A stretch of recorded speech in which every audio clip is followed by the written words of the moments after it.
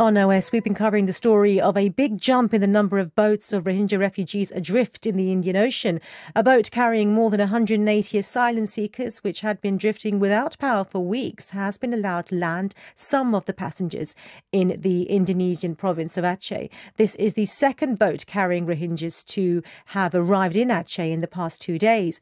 The Rohingya are a persecuted ethnic minority in their home in Myanmar. More than 1 million now live in overcrowded camps in southern Bangladesh, following a campaign against them by the Myanmar military, which the UN believes could amount to genocide.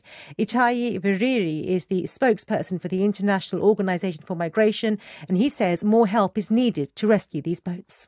We are seeing situations where those who are rescued arrive very, very weak, very hungry. They haven't had food and water for weeks. In fact, we had a situation last year where a boat arrived in Aceh, which had been at sea for up to 3 months. That's a terribly long time to be floating around at sea without much help. I mean, we have called on the governments within the region to coordinate efforts for safe disembarkation and make sure that all these people are given safe passage and get the support that they need. We are very thankful, for example, to the authorities in Indonesia who have welcomed some of these boats, and we hope that there's more effort from the other countries in the region. Well, today, the United Nations Refugee Agency confirmed that another boat with 180 refugees on board is also missing, and everyone on board is thought to have died. Journalist Priyali Sur is in Delhi, and she's been following the story for us. So unfortunately, actually, I think about 4 to 5 boats left in the last week of November from Cox's Bazar, Bangladesh. Now, one of the boats has reached Indonesia. Another one was taken in by the Vietnamese Coast Guard and handed over to Myanmar. And so they are back in Myanmar and probably in detention centers. Nobody knows. The third one, we know, a couple of days ago was rescued by Sri Lankan authorities. Now, why I'm telling you this is because it is significant, because the boat that was rescued by the Sri Lankan authorities, the boatsman of that boat says that he and the other members on his boat witnessed this other missing boat in front of them sink. He says that they couldn't do anything for help because they themselves had overcrowding on their boat, and if they would have tried to help them and bring them onto their boat, probably both the boats would have sunk with everybody on board. This is, according to him, an eyewitness account, but it's still unverified. But it is true that for more than the last 2 weeks, nobody has been able to make contact with that boat.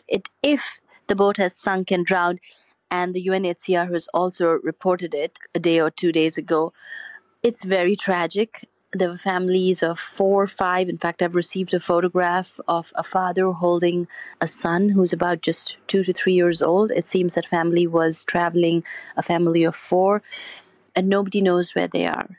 So in all likelihood, and according to that one eyewitness who has made a comment, they probably have drowned. It's certainly not looking like good news. And as you say, so very sad to hear about people putting themselves in such precarious situations. But the question then is, why? Why are we seeing what many rights groups are saying, a big jump in the number of Rohingya using such boats to leave their bases? Yeah, so I think that's a really good question, and I think a question that really needs to be answered and addressed. The place where they live in Cox's Bazar, the refugee camps in Bangladesh, they're obviously overcrowded. The living conditions are not the best. Not to say that the Bangladesh government hasn't given them refuge and hasn't tried to provide them, but the numbers are a lot. We need to provide support to the Bangladesh government as well to be able to provide more aid, more support to the refugees. There's another challenge that now the government of Bangladesh is moving a lot of these refugees from the Cox's Bazar refugee camps into an isolated island, Bhashan Char. And most of the refugees don't want to go there because they think that if they get to Bhashan Char, there is no way out. So the fear of that is also making them get on the boats, and they think that they have better life prospects in countries like Malaysia and Indonesia.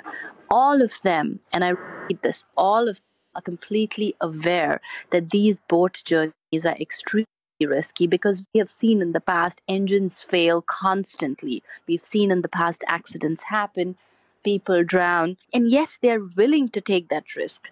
that only goes to say that they're trying to get away from something which is probably even worse. Yeah, I think what we need is attention to this issue. I think we need the international community and other countries to kind of provide resettlement programs. That's what I wanted to pick up on. You said we need to be giving them more support. What do you mean by we? Neighbouring nations like where you are in India, or the wider international community? In your expert opinion, where does this support for Bangladesh need to be coming from? I think both. Neighbouring countries already have a significant population of Rohingya refugees. For example, India hosts 40,000 plus Rohingya refugees, and that's just the official number. So Indonesia, Malaysia, and Thailand also host a significant number. US just opened up their resettlement program, but the numbers are really small. I don't think any other European country has a resettlement program for Rohingya refugees, or even if they have, the numbers are again very small. And not to say that refugees from any other country should not be given priority or preference. But for example, when the war on Ukraine broke out, Europe completely welcomed Ukrainian refugees. We're talking about a population which is more than 1 million. But somehow we are not seeing a resettlement program from the international community, international countries, or international communities for Rohingya refugees, which only makes me question, is it because they're from a certain region? Is it because that they're from a certain religion? Because is there some kind of Islamophobia, some kind of xenophobia, which is restricting people from providing resettlement to this community? The journalist Priyali Sur there in Delhi following that story.